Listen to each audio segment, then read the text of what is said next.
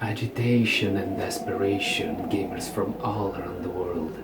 I am Lucian, and this is the World Gamer Show.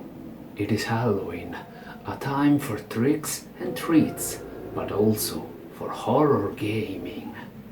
And now, for you, I have the perfect game. So let's go back to 1998.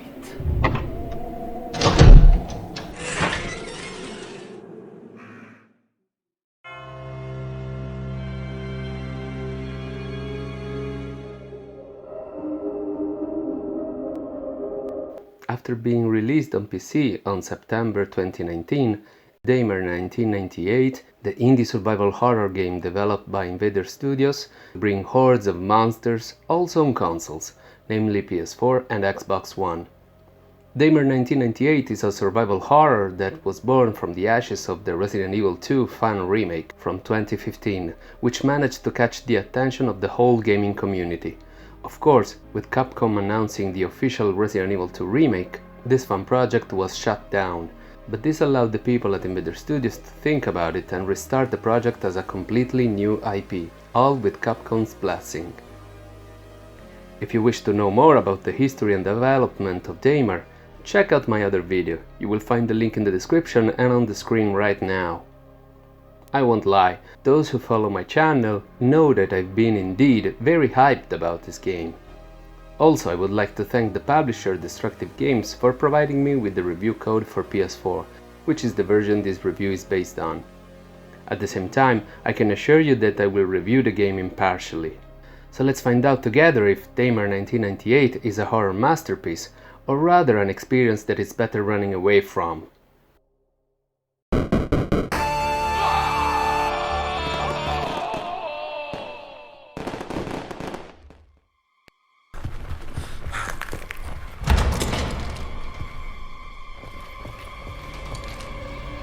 Let me state it right away, if you're a fan of survival horror games, there's a lot to like here.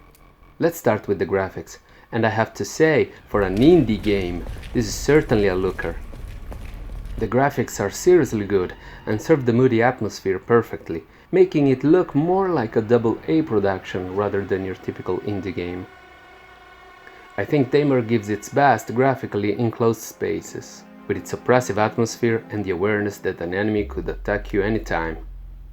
In the open spaces there are some hiccups with some popping up of distant objects, but at least the frame rate is still solid. Some other areas have highly detailed environment that hugely helps the immersion. In particular, the lighting effects are supremely crafted, and in combination with the creepy vibe, they make turning every corner an unnerving experience. One of my favorite areas is the small town early in the game. We have seen so many secret labs and hospitals, and they certainly are present in Daymare, but not so much of neighborhoods and houses, and especially the latter definitely felt like lived through, with the owners still in there, roaming around in their now zombified state. It is this attention to details that elevates the game to somewhat unexpected heights. To be honest, I think that it did an even better job at it than the Resident Evil 2 remake, and in some ways even the more recent Resident Evil 3 remake, which was more focused on the urban environment. The horrific monstrosities that populate the game don't look half bad either, especially from the design point of view. Some of them are really repulsively looking and move in a very unnatural way, even though a few times they can look more funny than scary, like some drunken fellas that you will see on the streets on a Friday night. One thing that bummed me a little is that the zombies' only way to attack is to grab and spit some acid on you. I mean, it's okay for once zombies don't bite you, it gives them more personality compared to the classic ones. I was just hoping for more variety in their attack patterns. Maybe also do like the Crimson Heads in the Resident Evil 1 remake, where they try to slash you with their claws. Also, they don't seem to be able of like grabbing your leg when they're down. On the other hand, they sometimes manage to grab you from a greater distance than you would think possible, right when you thought you were safe and out of zombies' arm's reach. So maybe I would have hoped on a better collision management, because you can lose health in very cheap ways this way. But in the end, this also contributes to heighten the tension. I wish there was also more variety among the enemy ranks, as most of them are humanoid, so no zombie dogs or stuff like that. But again, considering the scale of the project, I'm just glad they focused on fewer enemies done good, rather than many enemies done bad. Anyway, the zombies themselves still look pretty different from one another, and in this case they are the main type of enemies, so again, in the end I'm pretty satisfied with the results. So yeah, while the monsters all look good, the same can't really be said for the facial animations of the human characters. The best result is with Liev, the hunk of the situation, because he's wearing a mask most of the time, making it so much simpler to render because there isn't really a lot to animate face-wise. The characterization, on the other hand, is really spot on. Each character has a very well-defined personality. One of the most important characters, the Cleaner, is even voiced by Paul Haddad, the voice of Leon S. Kennedy in the original Resident Evil 2, in what has been his last role before sadly passing away on April 2020. If you want to know more about his life and career, you can check out my tribute video. The link is displaying right now on your screen, and you can also find it in the description.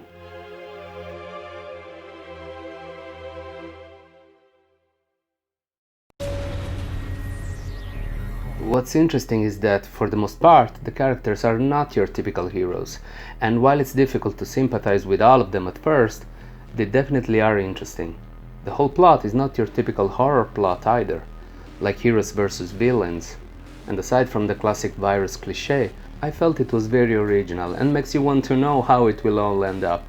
Samuel, at least in the beginning, is probably the most aligned to the typical good hero character, and he is also easily relatable because of his condition that impacts the gameplay due to his recurring hallucinations. Speaking of the game mechanics, there is one in particular that sets this game apart, not only from the other survival horrors, but from action games in general. So, whenever you need to reload your gun, you don't automatically combine ammos, nor do they go directly to your magazines. That needs to be done manually through a menu. While sometimes I wish this was done the old way, automatically, it's certainly more realistic. But that's not just it. The gun's reload system is incredibly clever, because it forces you to think strategically, even in moments of tension. The way it works is that there are two different ways to reload your weapon.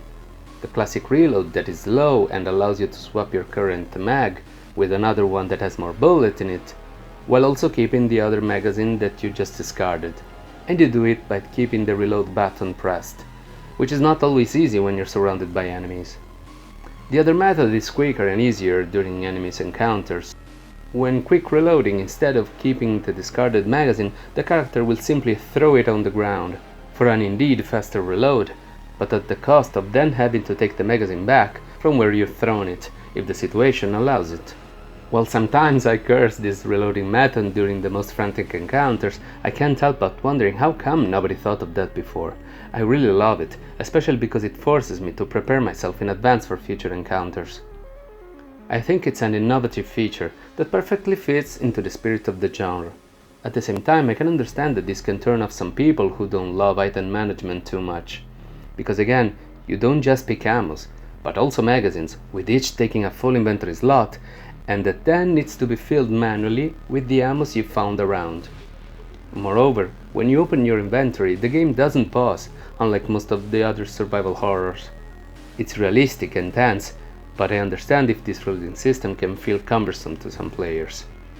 On the flip side, I can't help but applaud the developers' clear intention to experiment. Another example is that some documents are locked. They provide you with a password and ask you to go to a real-life website where you can finally examine the document. This fourth wall break makes sense now more than it would have done in 1998, paradoxically. Now basically almost every average gamer has access to a cell phone, so it's okay to ask players to go visit a website, but let's be real for a second there. Only few people will actually go through the hassle. And if you're among those, I applaud you as well.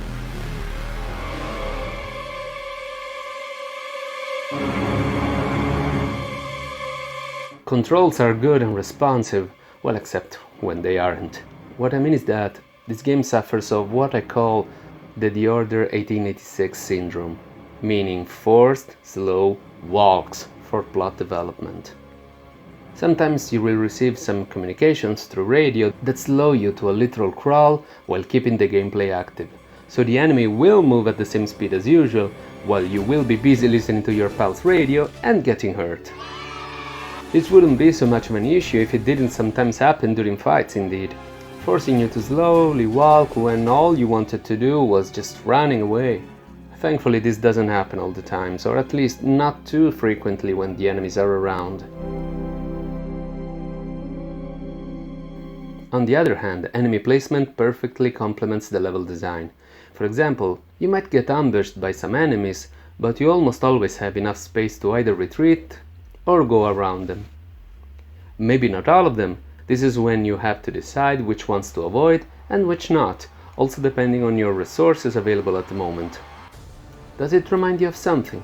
Yes, it is just like the old Resident Evil games.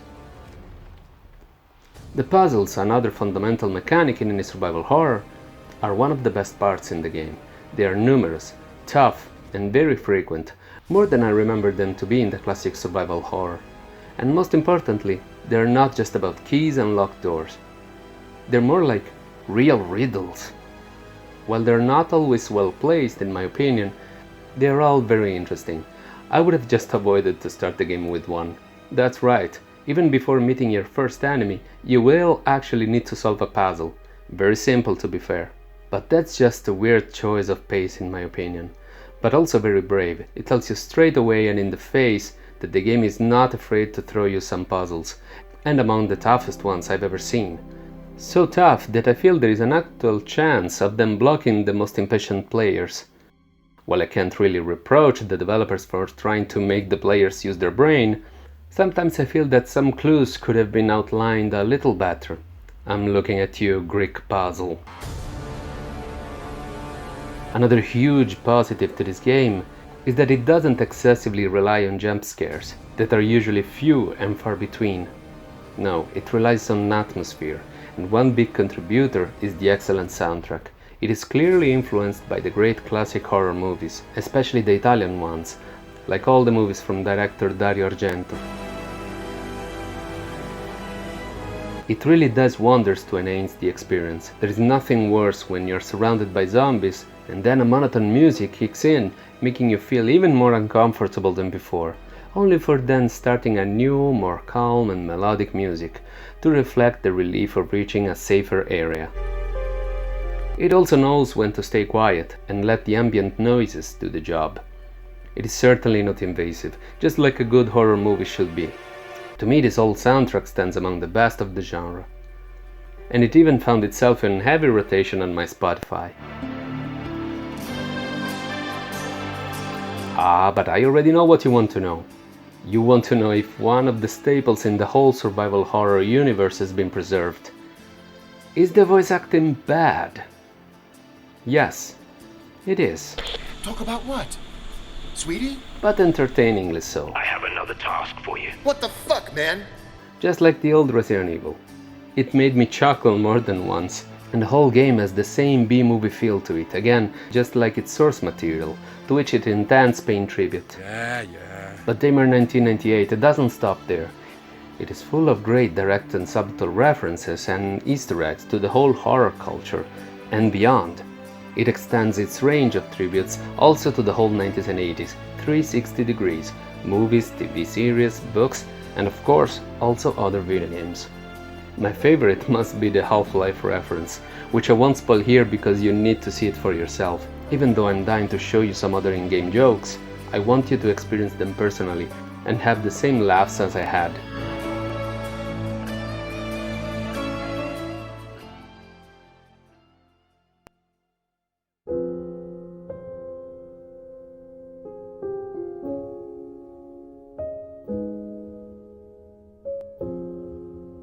As you can see, there are a few hiccups, some genius touches, but in general Daymare 1998 is a very well crafted game.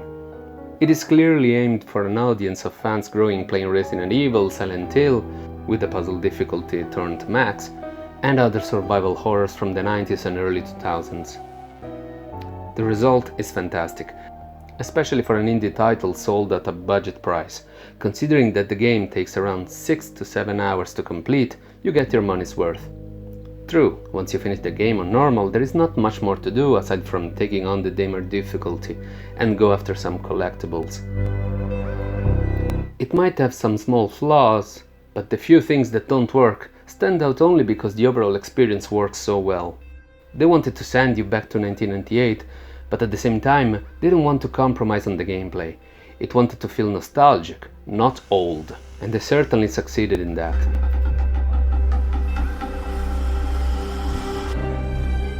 Daymare 1998 is much more than the sum of its single parts, and I can safely tell you that this game is good, and I hope to see a Daymare 1999 soon, possibly developed with a higher budget, which Invader Studios certainly deserves, and that they can expand on the intriguing lore and game mechanics even more, while also resolving the few hiccups along the way.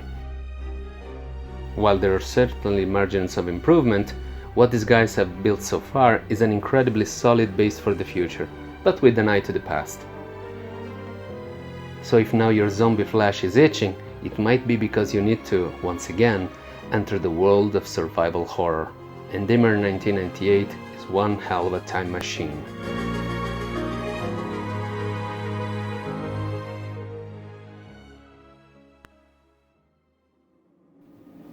Daymare 1998 is the perfect game to sink your teeth into.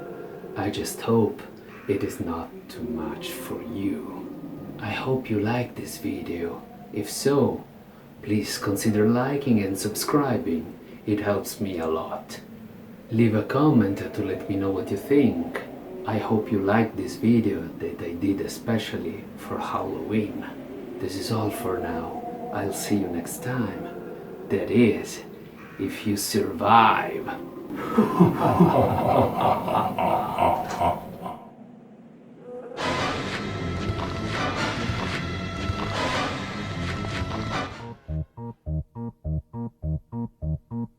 Happy, happy Halloween.